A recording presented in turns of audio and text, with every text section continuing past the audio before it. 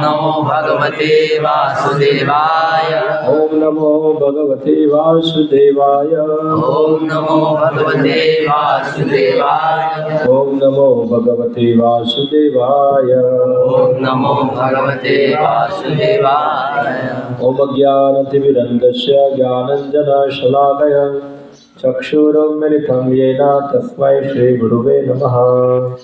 श्रीचैतन्यमनोभीष्टं स्थापितं येन भूतले स्वयं रूपः तदा मह्यं ददाति स्वपदान्तिकम्। वन्देऽहं श्रीगुरो श्रीयुतपदकमलं श्रीगुरुन् वैष्णवांश्च श्रीरूपं साग्रजातं सहगणरघुनाथान्वितं त्वं सजीवं साद्वैतं सावधूतं परिजनसहितं कृष्णचैतन्यदेवं श्रीराधा कृष्णपादान् सहगणललिता श्रीविशाखान्वितांश्च श्रीकृष्णचैतन्य प्रभु नित्यानंद श्री अद्वैत गदाधर शिवासादि गौरभक्तवृंद। हरे कृष्णा कृष्णा कृष्णा हरे हरे, हरे राम राम राम हरे हरे। हरे कृष्णा। तो हम लोग पढ़ रहे हैं श्रीमद् भागवतम स्कंद 7 अध्याय 14 आदर्श पारिवारिक जीवन। और ये युधिष्ठिर महाराज और नारद मुनि के बीच में संवाद चल रहा है। तो कल युधिष्ठिर महाराज ने क्या प्रश्न पूछा था, किसको याद है? युधिष्ठिर महाराज ने नारद मुनि को क्या पूछा, कौन बताएंगे?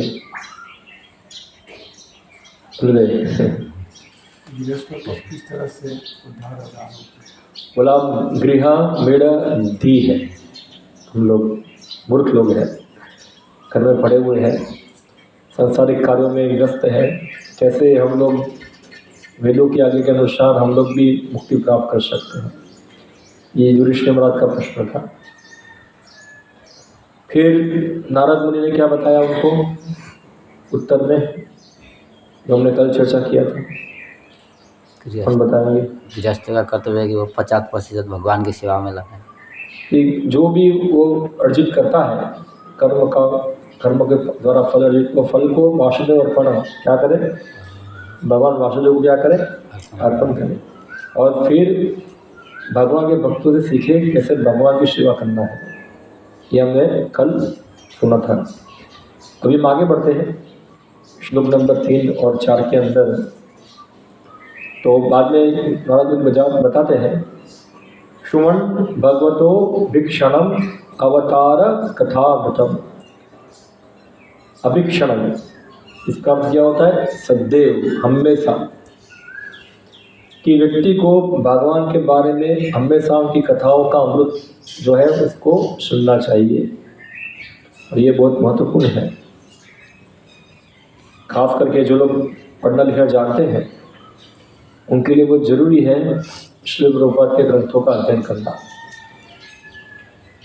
अभी मेरा नहीं हो पा रहा है, ट्रैवलिंग में आ रहा हूँ इसलिए बहुत कम हो पा रहा है। मगर जनरली श्री प्रभुपाद चाहते थे कि कम से कम भक्त लोग 1 घंटा क्या करें, उनके ग्रंथों का अध्ययन करें। और खास करके गृहस्थ भक्त लोग जो होते हैं उनको चाहिए कि श्रीमद् भागवतम अध्ययन करें। नित्यम भागवत श्रवया। बहुत सारे गृहस्थ भक्त होते हैं 15 साल 20 साल 30 साल से कृष्ण भक्ति में होते हैं, मगर एक बार भी श्रीमद् भागवतम पढ़ा नहीं होता है। हाँ, तो ये क्या होता है, उनकी फिर जो भागवतम अध्ययन नहीं किया है तो भक्ति के बारे में समझे नहीं है। और कुछ जो कुछ भी समझे हुए हैं वो कहाँ से सीखा हुआ है? यूट्यूब से। कभी इधर सुन लिया, उधर सुन लिया, कभी इधर सुन लिया, फिर उसका खिचड़ी बनाया और फिर उसका अपना एक विचार होता है। इसलिए चाहिए कि उनको श्रीमद् भागवतम जो है वो पढ़ना रोज 1 घंटा निकल कर। ये अभी वर्तमान समय में ये बहुत बड़ी तपस्या है, पता है आपको? जब करने से भी ज़्यादा तपस्या ये है पढ़ाई करना। लोग जब कर लेंगे, मगर भागवतम पढ़ना बहुत मुश्किल है। 1 दिन पढ़ लिया, 2 दिन पढ़ लिया, कंटिन्यूस पढ़ना सदैव वो एक बहुत बड़ा क्या है, तपस्या है। और सांसारिक जीवन के अंदर तो पूरा कितना सारा कार्य होता है, तो उसमें क्या बहुत है। और हम देखते हैं बहुत सारे भक्त लोग जो होते हैं वो बहुत ढीठ होते हैं, वो पालन कर। जैसे हमारे गुरु भाई है अरविंदाक्ष प्रभु जो गृहस्थ है और सूरत में उनका कपड़े का दुकान है।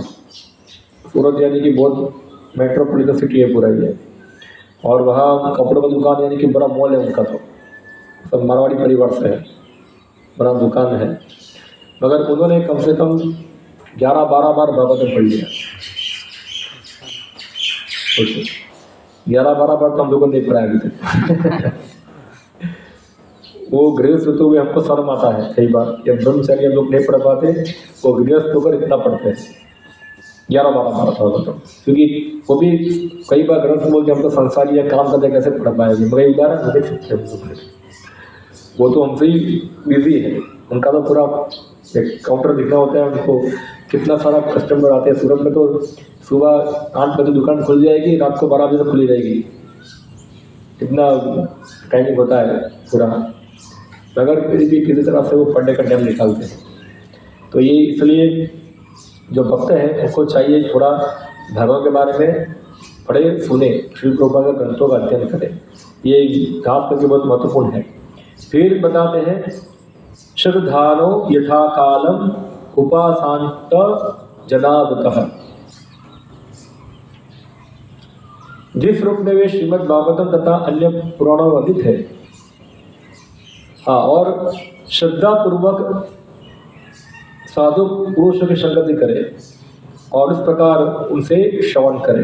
तो कोई पढ़ सकता नहीं है तो कम से कम सुने, क्या करे वो सुने, इतना तो कर सकता है। सत्संगात शनके संगम आत्मजायादु आत्मा आदिषु विमुच्यमानेषु स्वयं सपनम वदुत्थितः। और इस प्रकार भगवान के बारे में सुनने से क्या होगा? कल प्रश्न पूछा था प्रभु जी ने, कैसे जड़ वस्तु से क्या हो जाए हम लोग अनासक्त हो, कैसे अनासक्त हो? तो उसका उत्तर यहाँ दिया है कि इस प्रकार भगवान के बारे में सुनने से क्या होगा? मनुष्य को चाहिए कि वह धीरे धीरे अपनी पत्नी तथा संतानों के स्नेह से इसी प्रकार विरक्त होता रहे, जिस प्रकार जाग जाने पर मनुष्य सपने से विरक्त हो जाता है। रात को सपना देखा आपने कि आपका परिवार है, बच्चे हैं, आप राजा है, आपकी एक रानी है, आपका एक राज्य है। सुबह हुआ तो क्या होगा? ना तो वो राजा है, ना उनकी रानी है, ना तो कोई कुछ है, वो तो क्या है, एक जगह में पड़ा हुआ है उधर। तो श्री प्रभुपाद जी बताते थे 2 प्रकार के सपने होते हैं, एक दिन का सपना और एक रात्रि का सपना। जैसे हम देखते हैं कि रात को सपने देखते हैं, जैसे मैंने उदाहरण दिया कि हम राजा बन गए, हाँ मैं ये हूँ, मैं वो हूँ, बन गए। सुबह उठते हैं तो जो हमने देखा था उसका कोई महत्व है? सब खत्म हो गया। ऐसे दिन में हम क्या सोचते हैं कि मेरा ये काम है, मैं ये कर रहा हूँ, मैं वो कर रहा हूँ। अगर आप रात को सो जाते हैं तो वो अभी आपको याद रहता है कि कौन हूँ, कौन मेरे घर है, क्या मेरा परिवार है। रात को आपको याद रहता है किसी को? सब भूल जाते हैं। तो एक दिन का सपना है जो स्थूल शरीर में चलता है, और रात को सपना जो है वो सूक्ष्म शरीर में चलता है। प्रभुपाद जी बताते दोनों ही सपना है, ये दोनों ही क्या है? क्षणिक है, दोनों ही क्षणिक है। रात का सपना 6-7 घंटे का, दिन का सपना कुछ 12-14 घंटे का, क्योंकि दोनों ही अवस्था में आप भूल रहे हैं। हाँ? रात को आप दिन का कार्य भूल जाते, दिन में आप रात का कार्य भूल जाते। दोनों में से कौन सा सही है? दोनों ही। हाँ, दोनों ही क्या है? टेम्पररी है, वास्तविक नहीं है। तो उसी प्रकार से व्यक्ति का समझेगा कि व्यक्ति न जाने कितने जन्मों से अलग अलग जीवन प्राप्त करता है। कभी कुत्ते के शरीर में होगा, कभी बिल्ली के शरीर में होगा, कभी शुअर के शरीर में होगा, कभी मनुष्य के शरीर में होगा। अभी इसका किसके साथ संबंध है वास्तविक? तो किसी शरीर के साथ का संबंध नहीं है, उसका संबंध है कृष्ण के साथ। किसके साथ है? कृष्ण। ये वास्तविकता है। आप दुनिया में अपने संबंध को छोड़ दोगे, मृत्यु के बाद कोई आपके साथ आने वाला है नहीं।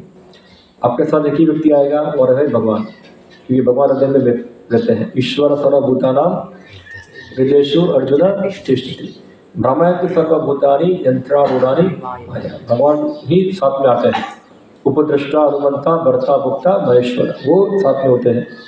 तो हमारा संबंध जो है वो है भगवान कृष्ण के साथ संबंध है। तो जो व्यक्ति इस प्रकार सुनेगा तो धीरे धीरे क्या होगा, वो व्यक्ति विरक्त होगा। जो काल्पनिक वस्तु, काल्पनिक नहीं बोल सकते, क्षणिक वस्तु है, उससे क्या होगा, विरक्त होगा। और जो वास्तविक वस्तु है उससे क्या होगा, आसक्त होगा। रियलिटी जो है।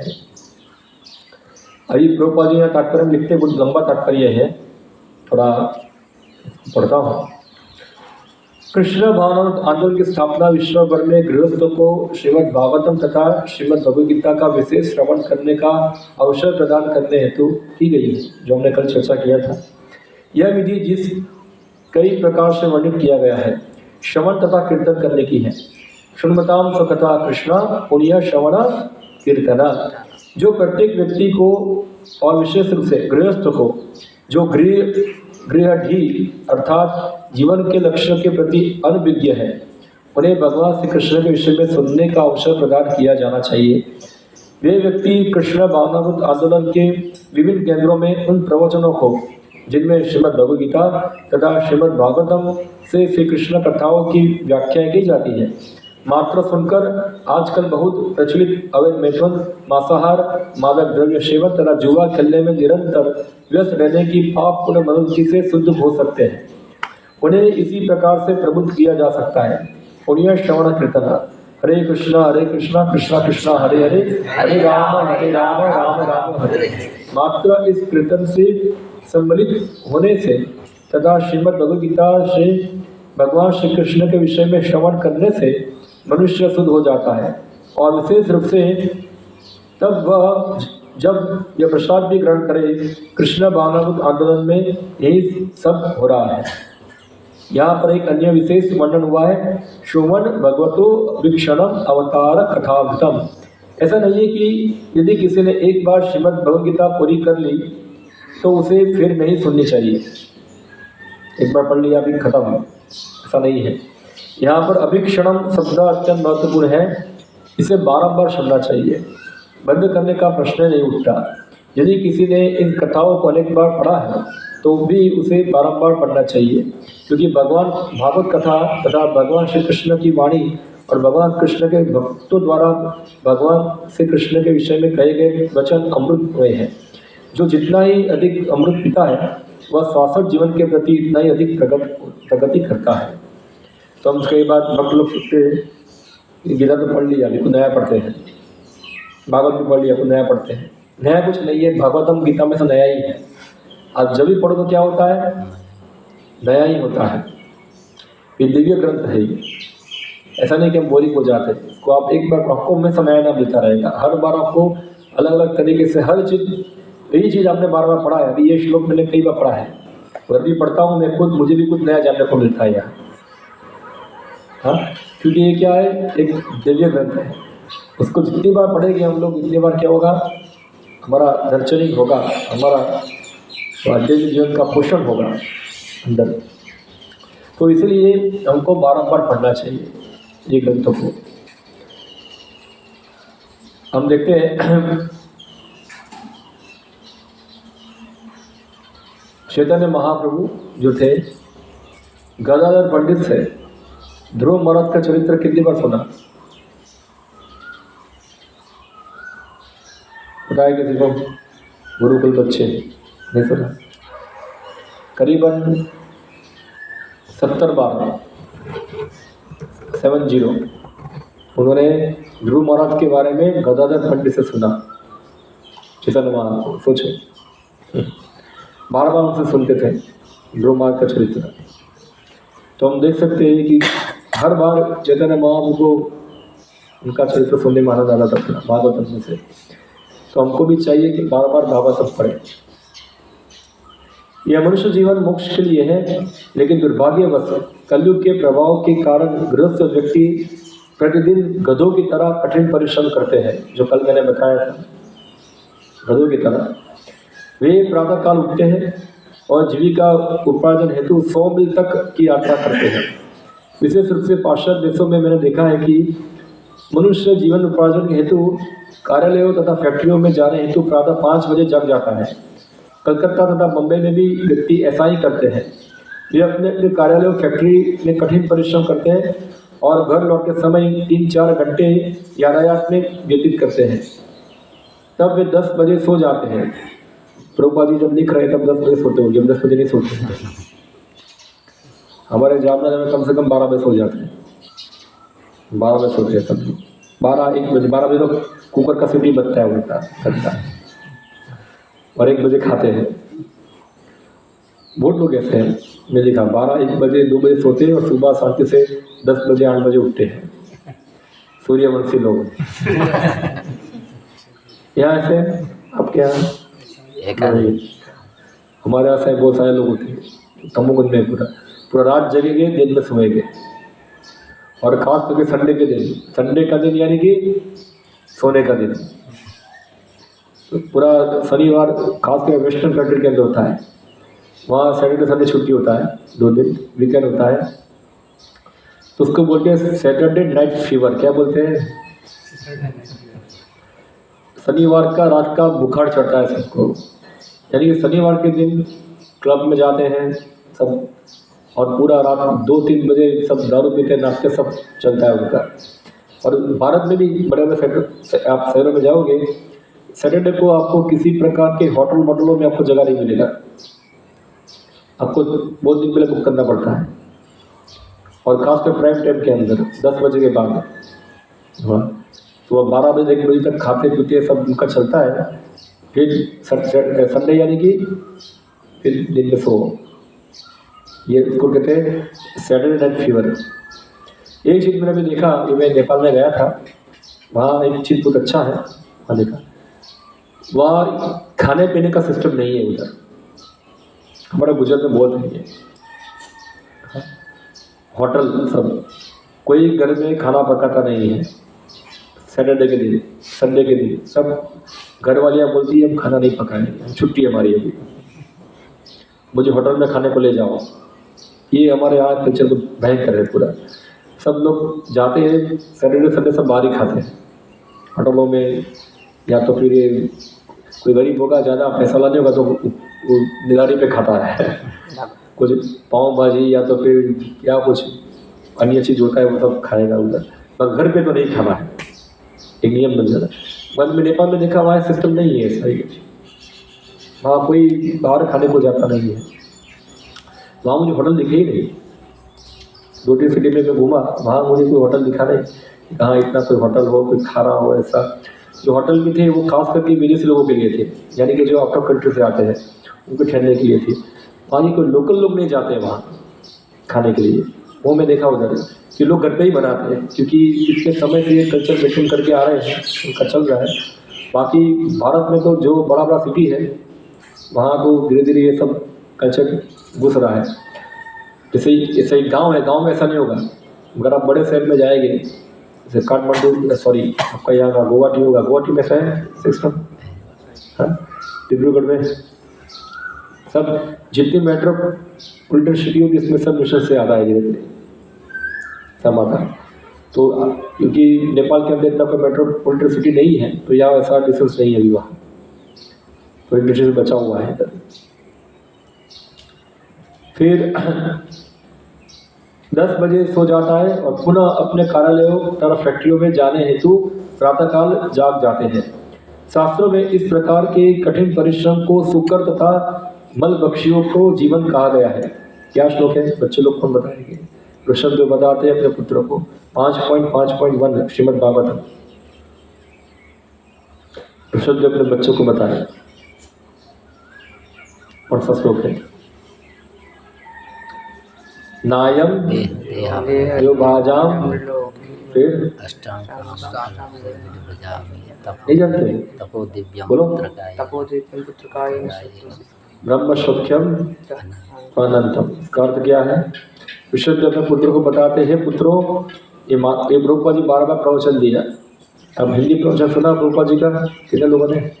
हिंदी प्रवचन बार बार प्रभुपाद जी बोलते हैं कि मानव जीवन है कुत्ते बिल्ली जैसा नहीं है मल खाने के लिए। प्रभुपाद जी का हिंदी थोड़ा बंगाली टोन आता है हिंदी का, ऐसे बोलते हैं। सुअर की तरह नहीं है टट्टी खाने के लिए, ऐसा बोलते हैं। इसलिए तपस्या करने के लिए, ऐसा प्रभुपाद जी बताए। तपो दिव्यम पुत्र का है ना। हाँ, ये उन समस्त जीवों को जिन्होंने इस जीवन में भौतिक देह धारण करना स्वीकार किया है और जिन्हें यह मनुष्य का शरीर मिला है, उन्हें केवल इंद्रिय तृप्ति हेतु अहर्निश कार्य करते नहीं रहना चाहिए, क्योंकि यह इंद्रिय तृप्ति तो सुअरों, कुकरों, मलपक्षी को भी सुलभ है। मनुष्य को चाहिए कि श्रीमद् भागवतम तथा श्रीमद् भगवद गीता सुनने हेतु कुछ समय निकाले। यही वैदिक संस्कृति है। मनुष्य को जीविका उपार्जन हेतु अधिक से अधिक 8 घंटे कार्य करना चाहिए। प्रभुपाद जी बताए 8 घंटे काम करो बस। और दोपहर के पश्चात या संध्या समय भक्तों को की संगति में भगवान कृष्ण के अवतारों एवं उनके क्रियाकलापों के विषय में सुनना चाहिए। दोपहर और शाम, क्योंकि वो समय क्या सब लोग थोड़ा फ्री होते हैं।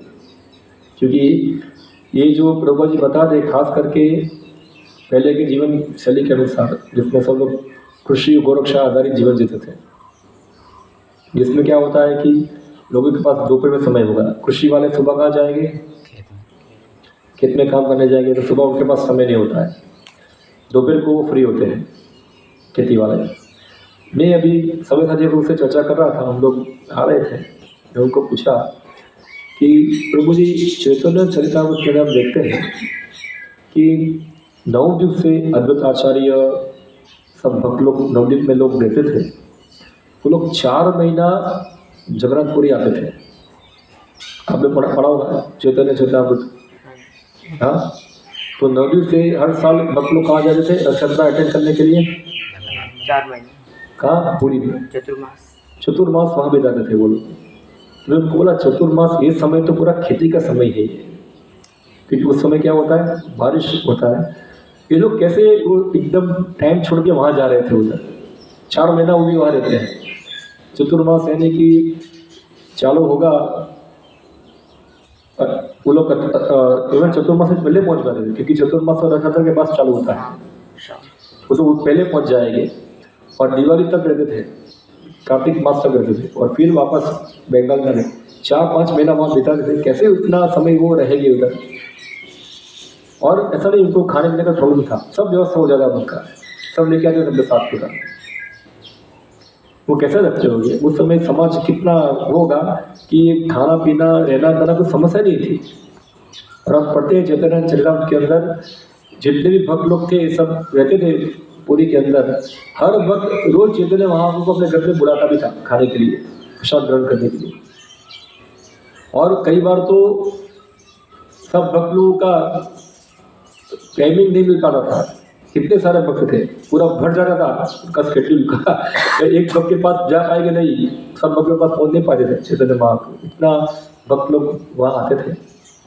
मैं प्रभु जी पूछा कैसे वो लोग 4 महीना जो वाटिस का सेल होता है, कैसे वो धाम लगाना होता है, सब होता है, तो वो लोग आते थे कैसे?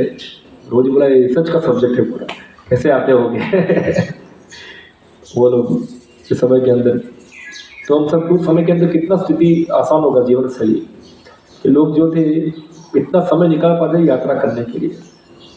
हम भी हमारे गुजरात में देखते हैं, वहाँ भी आज भी सिस्टम है, हर भी गाँव में होली आता है तो होली के बाद हमारे यहाँ गेहूँ कट जाता है। होली में गेहूँ निकल जाता है, खेडूत फ्री होता है। खेडूत के लिए वैकेशन होता है मार्च, अप्रैल, मई और आधा जून।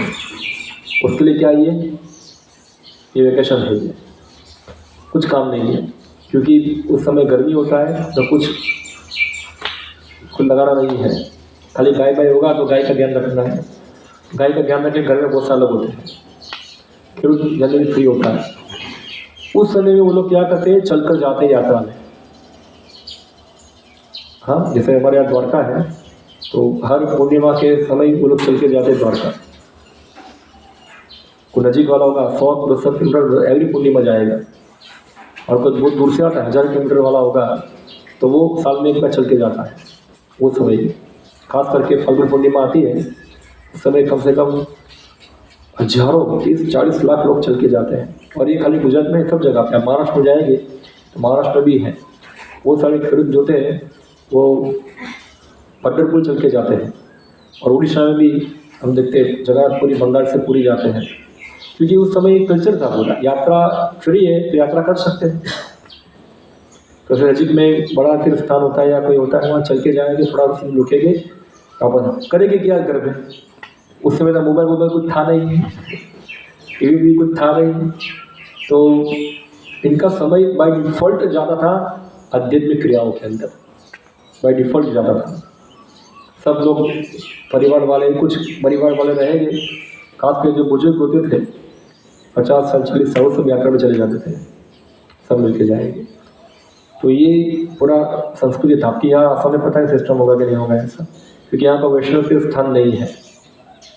हाँ, मगर बंगाल में है ऐसा, बंगाल में लोग जाते हैं पूरी चलकर, महाराष्ट्र में पंढरपुर और गुजरात के अंदर द्वारका, सब जगह वृंदावन परिक्रमा करते हैं सब लोग। हाँ, और वृंदावन परिक्रमा होती है, सब करते थे। अब आज सबके पास क्या टाइम नहीं, लोग किसमें करते हैं, गाड़ी में परिक्रमा करते हैं, आपको पता होगा, देखा होगा। हाँ, सब गाड़ी में परिक्रमा, गोवर्धन परिक्रमा करना है, क्या करेंगे, वो ऑटो रिक्शा ले लेंगे बैटरी वाला, चलो फटाफट घुमा दो क्या है। तो उनके पास टाइम नहीं, इतना क्या नहीं है, टाइम सब कुछ फास्ट करना है। सब पहले सबके पास टाइम और टाइम था, इसलिए क्या था, वो लोग परिक्रमा करना, माला करना, कीर्तन करना, सब उनके पास समय था। 4 महीना क्या है, फ्री है। जनरली भी खेत भी बस साल में एक ही बार खेती करते थे बारिश में, क्योंकि उस समय तो मोटर नहीं था, तो पानी निकाल के खेत में डालेंगे। हाँ, तो बारिश का पानी से ही खेती होता है। और ठंडी की ऋतु में कुछ सब्जी लगा दिया, कुछ अलग लगा दिया, वो हो जाएगा, ऐसे ही ओस गिरने से होता था। अभी मैं गया था उधर भोपाल के अंदर, MP में, तो वहाँ हमारा भक्तिग्राम फार्म कमेटी है, तो वो लोग वहाँ गेहूँ उगाते हैं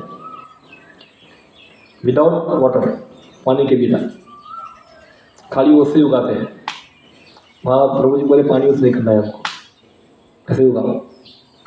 तो क्या है, वहाँ वो ओस गिरता है, उससे गेहूँ उग जाते हैं वहाँ, कुछ पानी का उपयोग नहीं करते, क्योंकि उनका कुछ 1 एकड़ के अंदर कुछ 150 मन गेहूँ का उत्पादन हुआ है, तो देते हैं धीरे धीरे। तो ये हम देखते हैं कि 4 महीना 5 महीना सब फ्री होते हैं, नंदग्राम में फ्री होते हैं 4-5 महीना क्या होता है। हाँ, तो क्या करते हैं सब लोग, वैकेशन यहाँ जाते हैं वैकेशन हो जाता है, तो फिर अपने गाँव जाएंगे, जो भी है कुछ है। मगर पहले ऐसा था, तीर्थ यात्रा में जाते थे सब लोग, ये तीर्थ यात्रा ही है, भक्तों का संग करना, इस प्रकार भगवान धाम में जाते थे और चल के जाते थे। इसमें सब ग्रुप में चल के जाते थे। हाँ, सब लोग कुछ रहेंगे, कुछ लोग सब मिलके चल के डाकोर जाएंगे। आप जाएंगे डाकोर कभी चल के? जाने वाले थे, वो कैंसिल कर दिया। नजीक है, कितना दूर है यहाँ से? 100 किलोमीटर नहीं, 200-250 किलोमीटर। 6 दिन में पहुँच जाएंगे, 6 दिन भी नहीं है, 4 दिन। कभी ऐसे सीजन में पद यात्रा करके जा सकते हैं जब फ्री हो तो सब लोग। गुरुबाज बताए थे ना आप लोगों को, कभी चल के जाइए, बैलगाड़ी लेकर पद यात्रा कर वहाँ जाना, गाँव में प्रचार भी हो जाएगा इससे। तो समय है, क्या है, समय है तो सब कर सकते हैं। अभी शहरों में समय नहीं है, इतना व्यस्त हो जाए। और पहले क्या था, पारिवारिक जीवन भी बहुत बड़ा था। मैं सुना अभी प्रभु जी बता रहे थे, कितने आपके गाँव कितने हैं? 7 भाई लोग हैं, और बहनें कितनी होगी?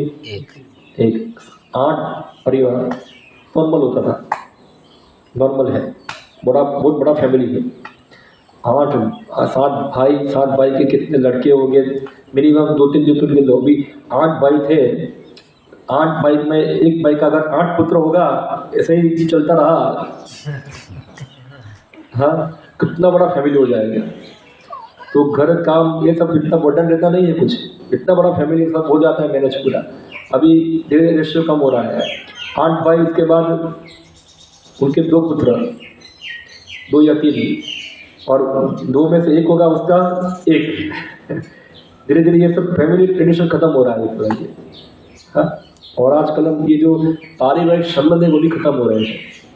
भाई बच्चे को पता नहीं, बच्चों पहले क्या था, बच्चे के लिए फैमिली यानी कि क्या था, चाचा चाची, बुआ फूफा, फिर काका काकी, फिर वैसे मासा मौसी, ये सब अलग अलग संबंध थे।